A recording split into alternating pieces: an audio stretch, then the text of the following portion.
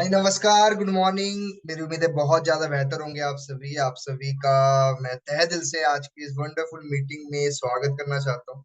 और मेरी उम्मीद है आपकी शुरुआत मॉर्निंग की बहुत अच्छे पॉजिटिव एटीट्यूड के साथ हुई होगी। आपने भगवान को, जिनको आप मानते हो, शुक्रिया अदा किया होगा इस लाइफ के लिए, अपनी जिंदगी के लिए, अपनी फैमिली के लिए, अपनी हर खुशियों के लिए, राइट।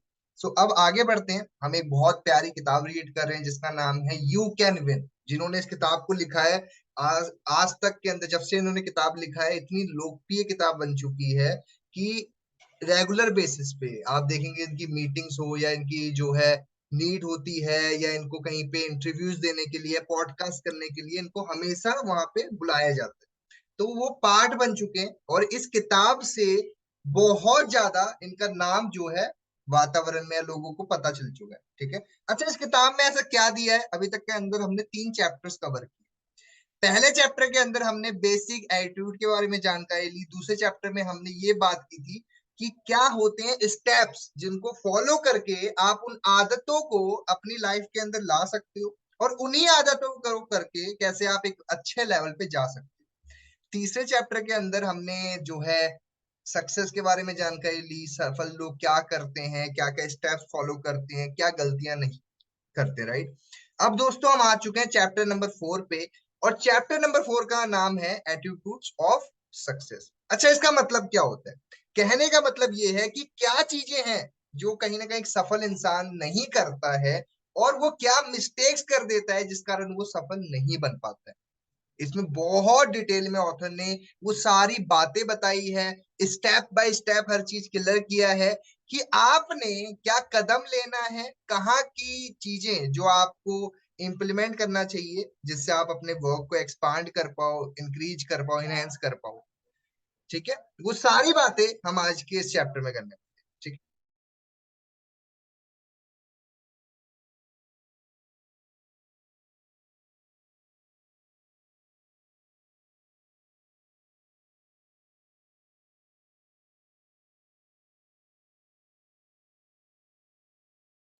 ओके, एक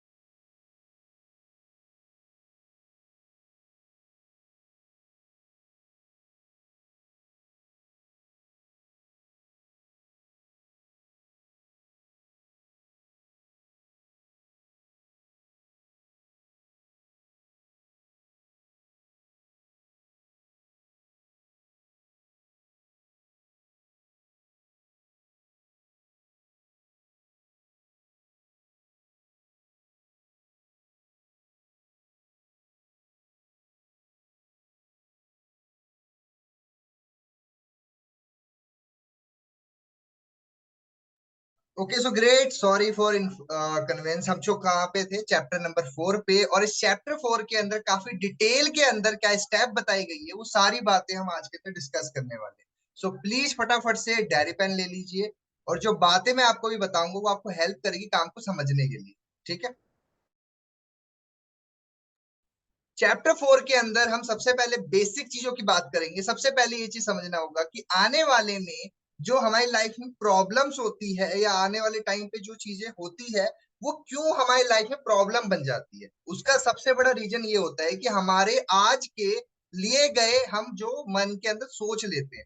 कहने का मतलब है कि अगर आपकी लाइफ में आने वाले टाइम में कुछ दिक्कत आएगी या कोई परेशानी आएगी भी, उससे पहले ही आप चीजों को लेकर के डाउट करने लग जाते हैं।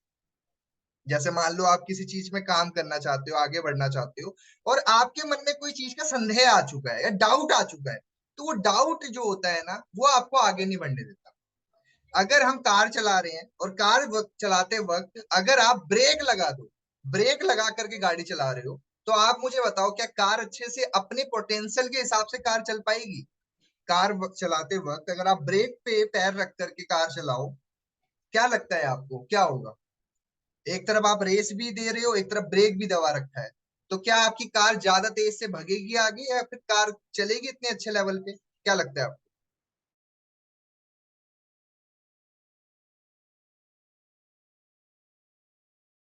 नहीं हो सकता, राइट? सो दोस्तों, सिंपल से हमारी लाइफ में भी ऐसी परिस्थितियां आ जाती हैं, दिक्कतें आ जाती है कि हमारे लाइफ में भी ना बहुत सारे ऐसी ब्रेक्स होती हैं। ब्रेक्स का मतलब क्या है? टाल मटोल करना, शक करना, या प्रोकास्टिनेशन हो गया, या किसी की बात को सुन करके अपने आप को रोक लेना।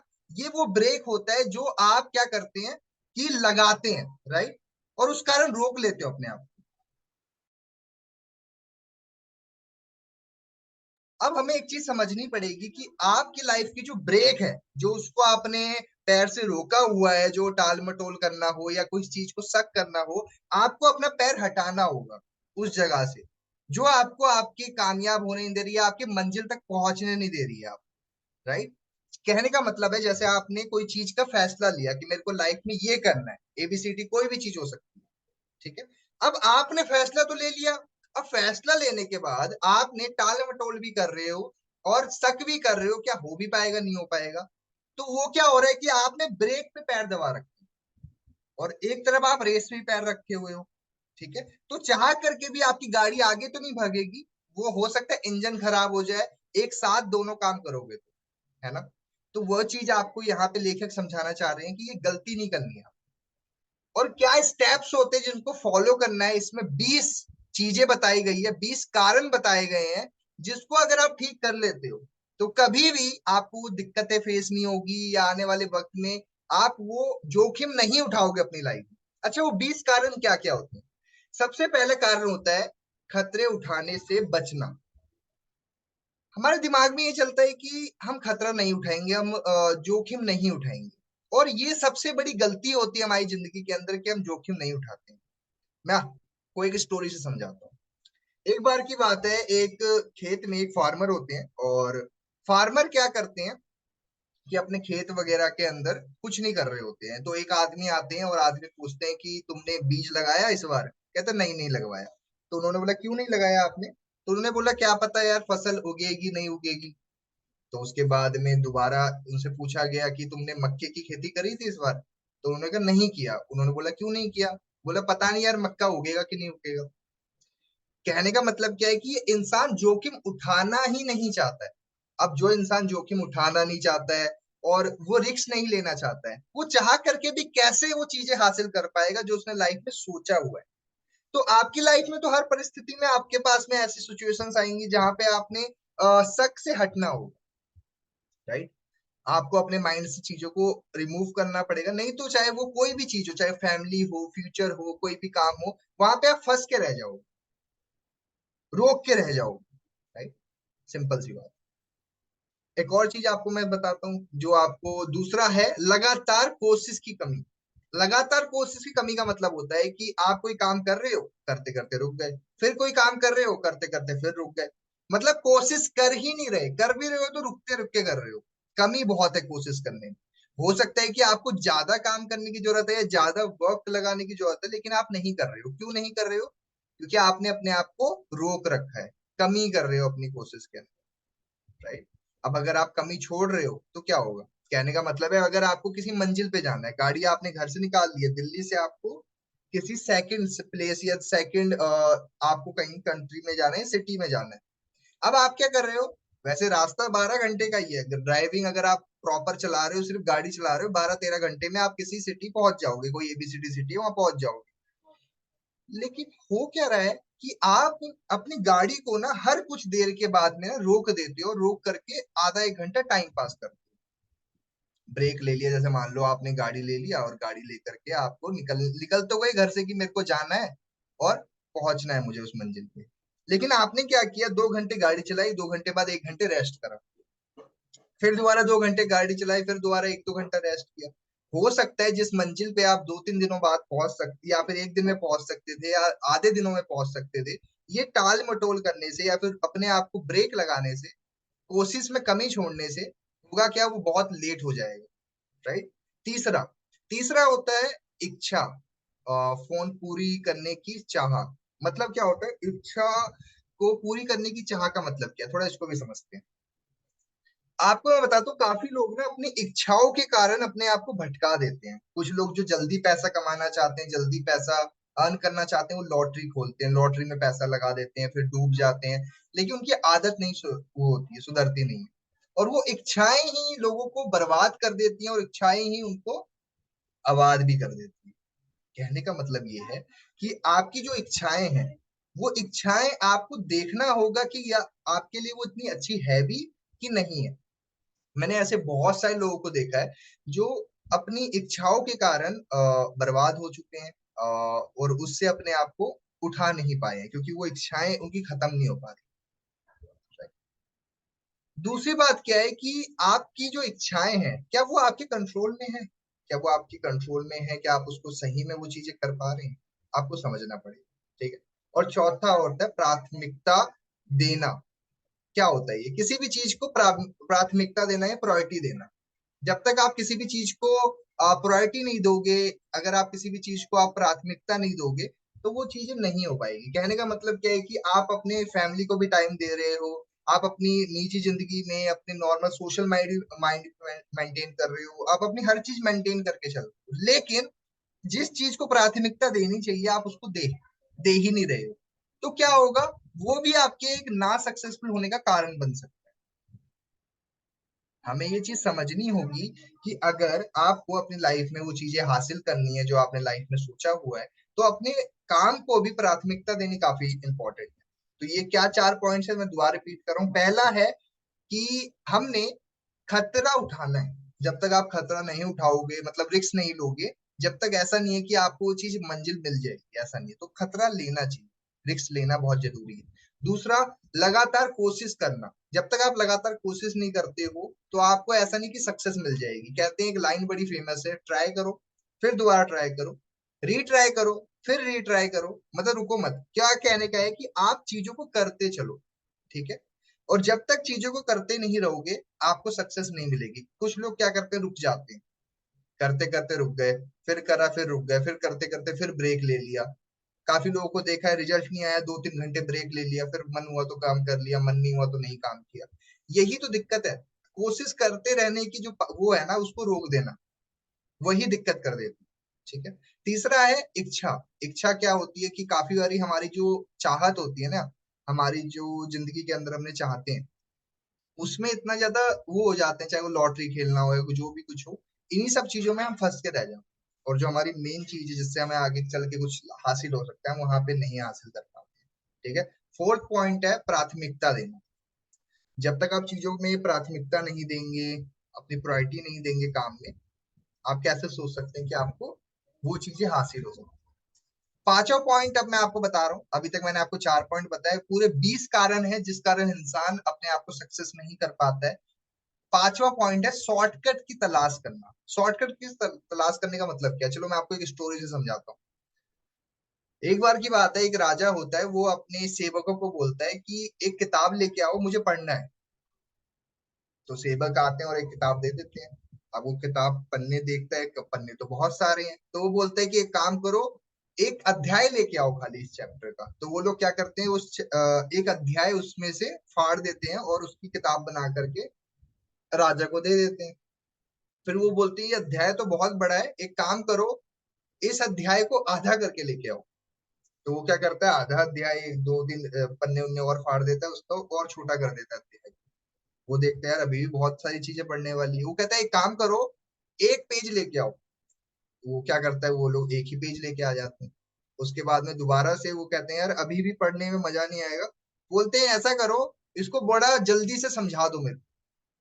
कहने का मतलब क्या है, वो खाली हर चीज को जल्दी करने की, जो काफी बारी क्या होता है, हम लोग शॉर्टकट के चलते हैं ना, हम लोग शॉर्टकट को हासिल करने के चलते अपने आप को काफी बारी ऐसे सिचुएशन में डाल देते हैं और बिना ज्ञान के चीजें करने लग जाते हैं।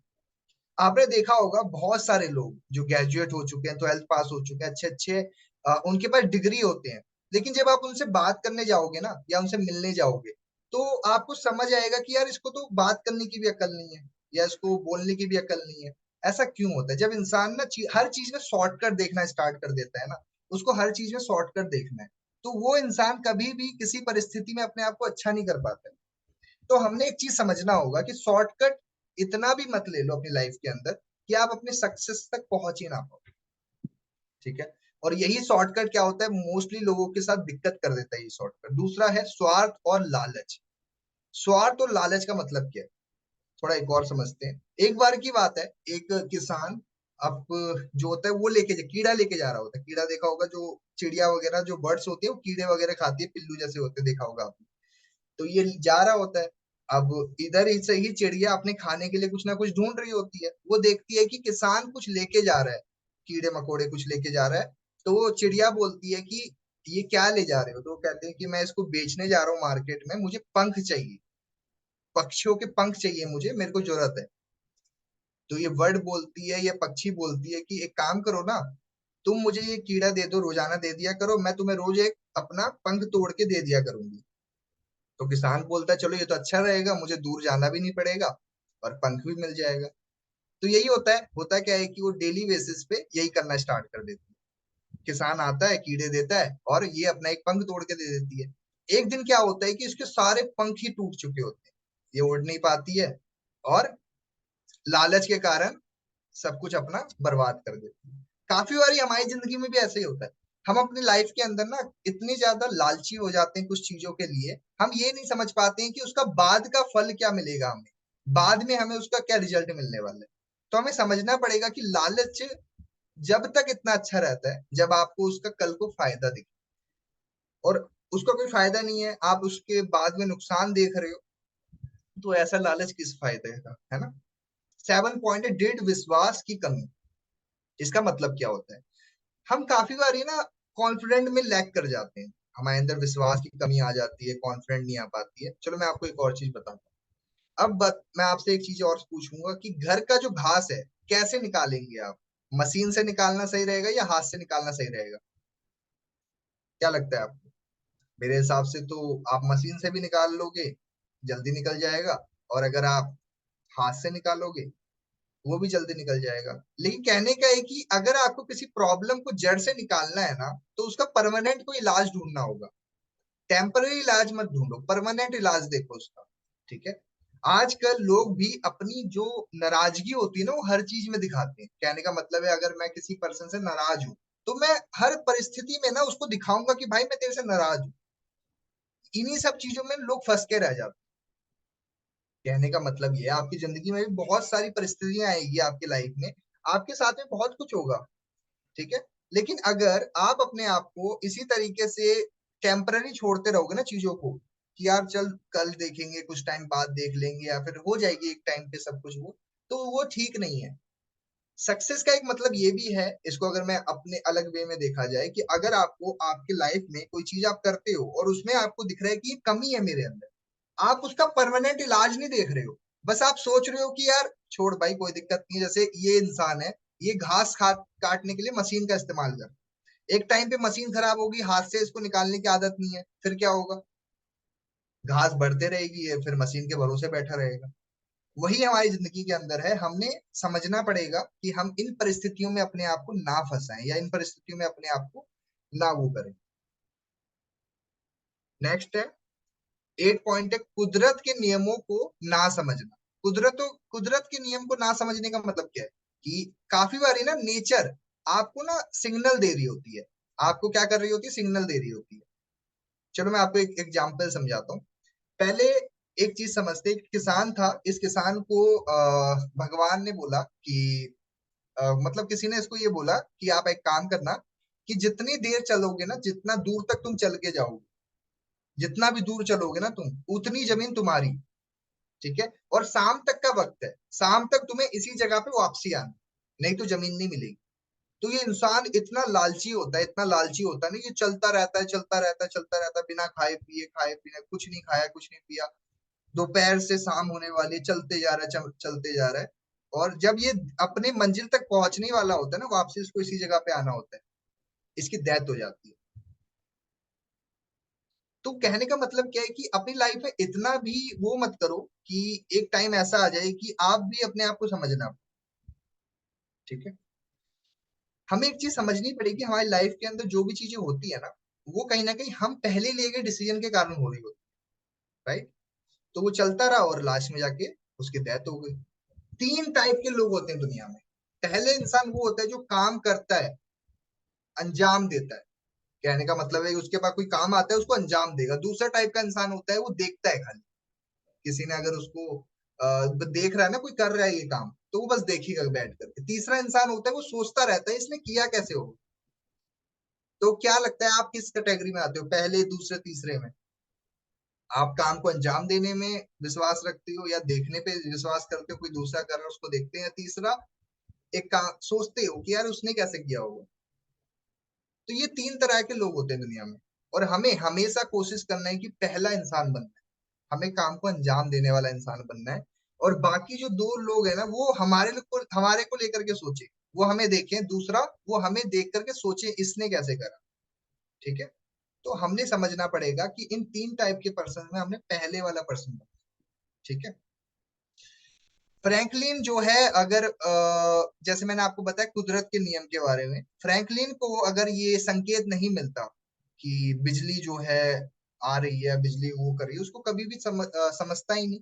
उसको चमकती चीजें दिखती ही नहीं, राइट।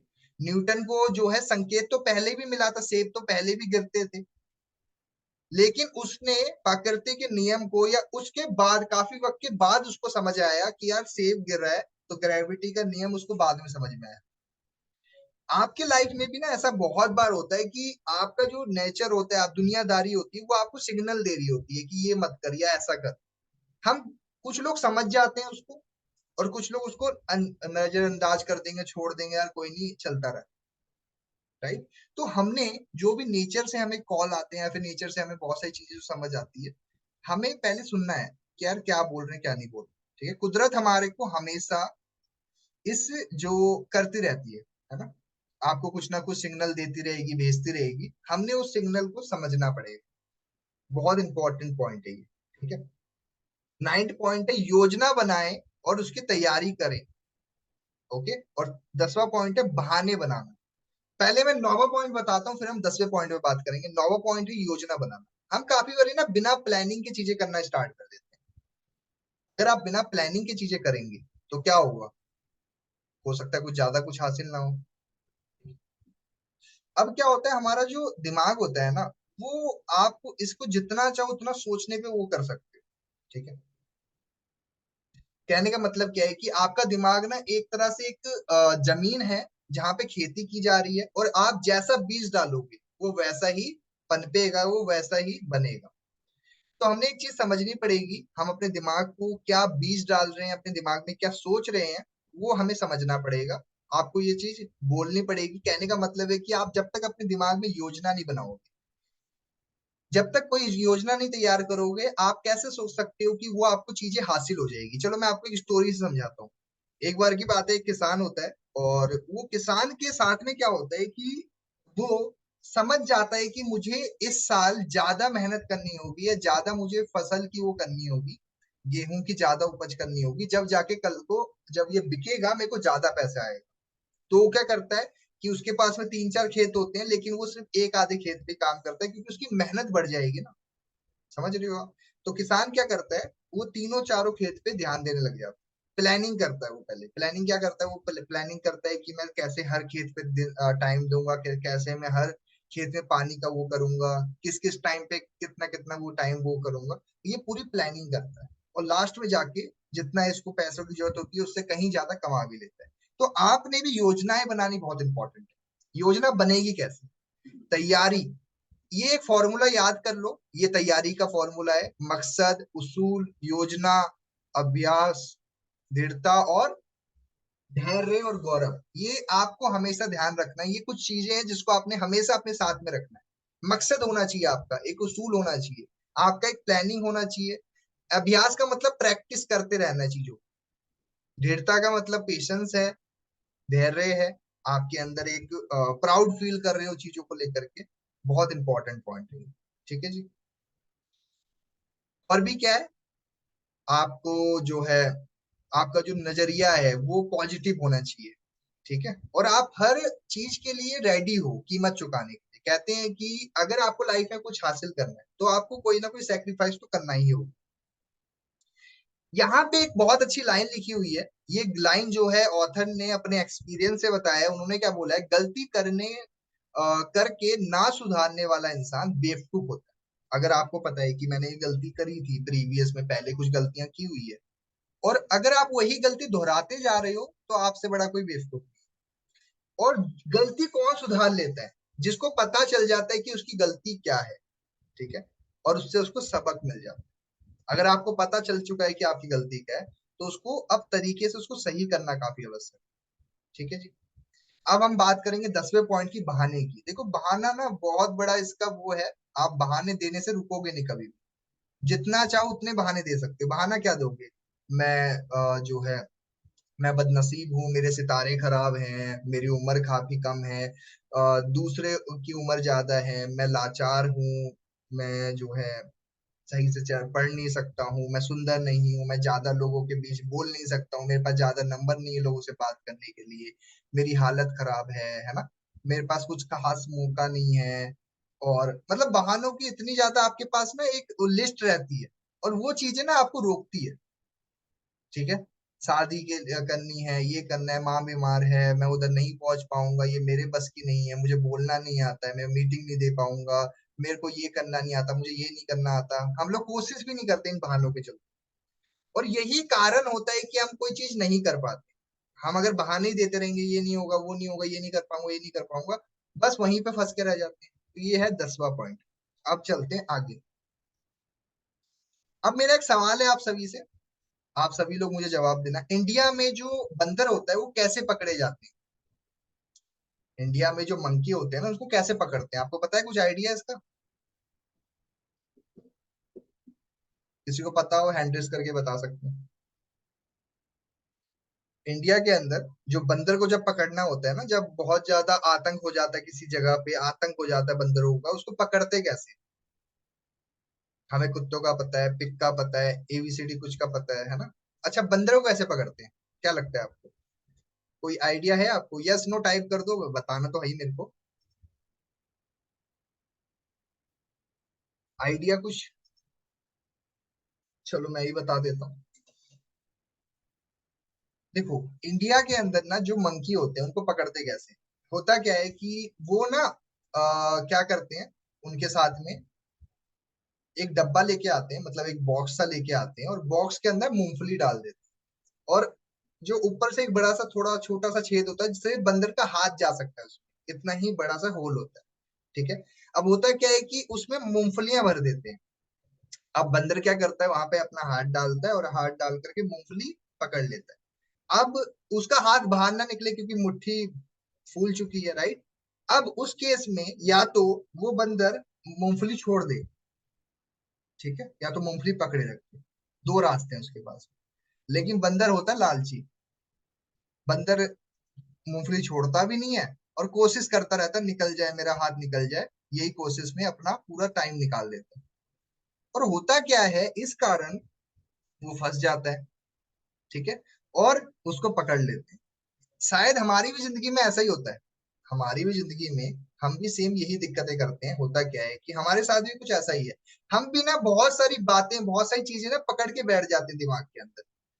दिमाग में वही चलाते रहते हैं, चलाते रहते हैं, चलाते रहते हैं। हम चाहे तो उसको भूल सकते हैं, छोड़ सकते हैं, छोड़ना गई दिन गई बात गई। लेकिन उसी बात को पकड़ के दिमाग में बिठा लेते हैं और उसी को सोचते रहते हैं। और हमारी हालत उस बंदर जैसी हो जाती है जो अभी लाचार हो चुका है, उसको पकड़ के अब लेके जाने वाले। वैसे ही हमारी भी हालत हो जाती है, हम कोई चीज नया नहीं कर पाते। राइट? तो हमने पहले तो इन चीजों को अपने दिमाग से निकालना पड़ेगा, अपने आप को भूलना पड़ेगा। ठीक है, तो अभी तक मैंने आपको 10 चीजें बताई है। अब आ जाते हैं और नेक्स्ट 10 चीजों के बारे में जानते हैं। 11 पॉइंट है पिछली गलतियों से सीखना। काफी बार ऐसा होता है कि हम पिछली गलतियों सीखते नहीं है। जिन्होंने जो है बल्ब का विस्तार किया था, उन्होंने 1,000 बारी, 10,000 बारी फेल हो गए थे। राइट? तो उन्होंने उस गलतियों से काफी कुछ सीखा। उनसे पूछा गया कि आपने क्या सीखा इससे? उन्होंने बोला कि मेरे को प्रीवियस में जो भी कुछ सीखा इससे पता लग गया, इससे बल्ब तो नहीं बनाई।